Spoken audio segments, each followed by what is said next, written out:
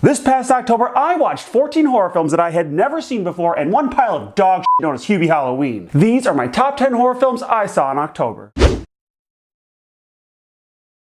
All of these films were new to me. Some were 70s films, some were 80s films, and a butt ton of them were doll-based horror. And honestly, most of them made the list.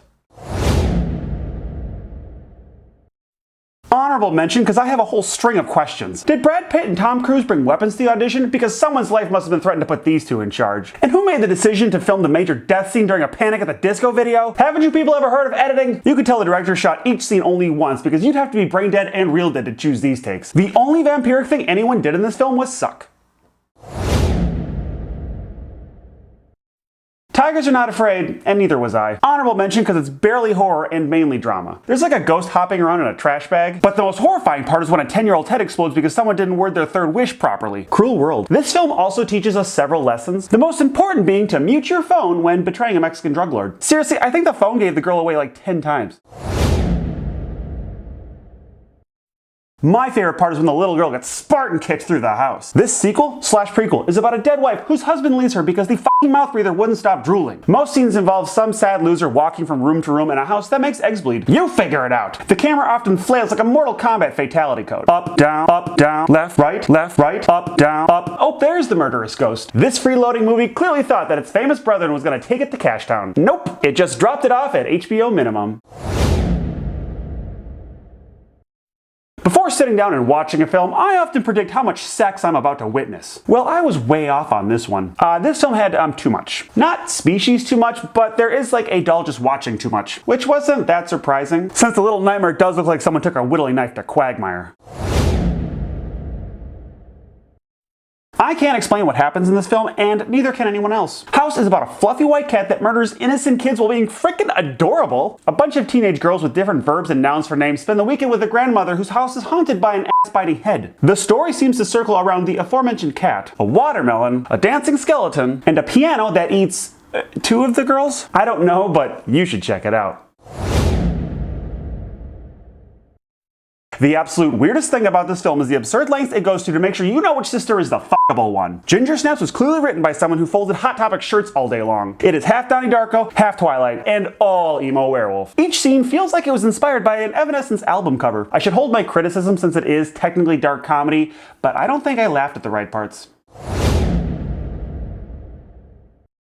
The Hitcher is about a psychopath who kills any dumb fuck driver stupid enough to pick up a Texan. This movie begins with driver John picking up hitchhiker Jim after realizing there's not much left to live for in the 1970s. It is revealed that hitchhiker Jim had killed every previous driver that had picked him up because fucking duh! This film does get oddly serious when a woman is tied between two semis.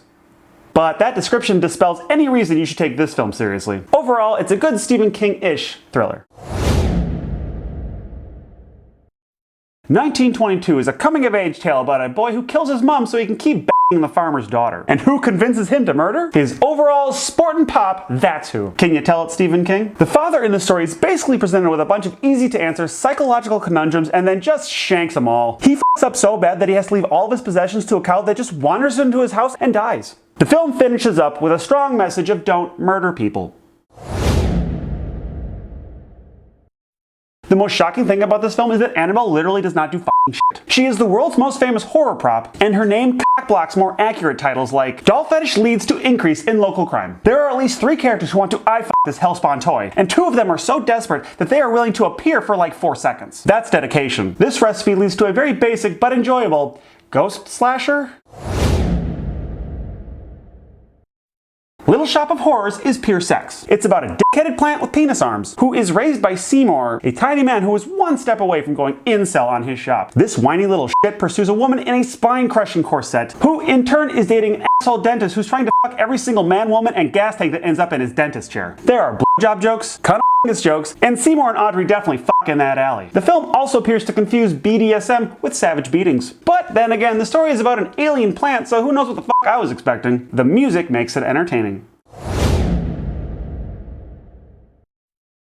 Apostle is a tricky biscuit. As suspected, the first 30 minutes plows through the drama of medieval piss ants, as we follow the most frowny-faced man to walk the earth. Seriously, not even a toddler could cry as loudly as this dude frowns. But then suddenly cultists drag old Frumpy Joe's sister into the streets and we're like, oh yeah, I'd frown too. Scenes that start off with an intense argument almost always ended up with someone's blood all over the place, and I loved it. There's also a zombie sewer moment that scared the piss out of me. It's pretty good. This film, more than anything, teaches us to look both ways before we dive headfirst into a Model T. Those cars may have a max speed of like 5 potatoes, but stupid children are brittle children. With their only child now permanently a part of that Old Town Road, the parents immediately begin praying for a ghost that will haunt them on purpose. Answering the call is a 5-time world champion demon who arrives and immediately yeets some preteen into the ceiling, marking the first time anything ever happened in an Annabelle film.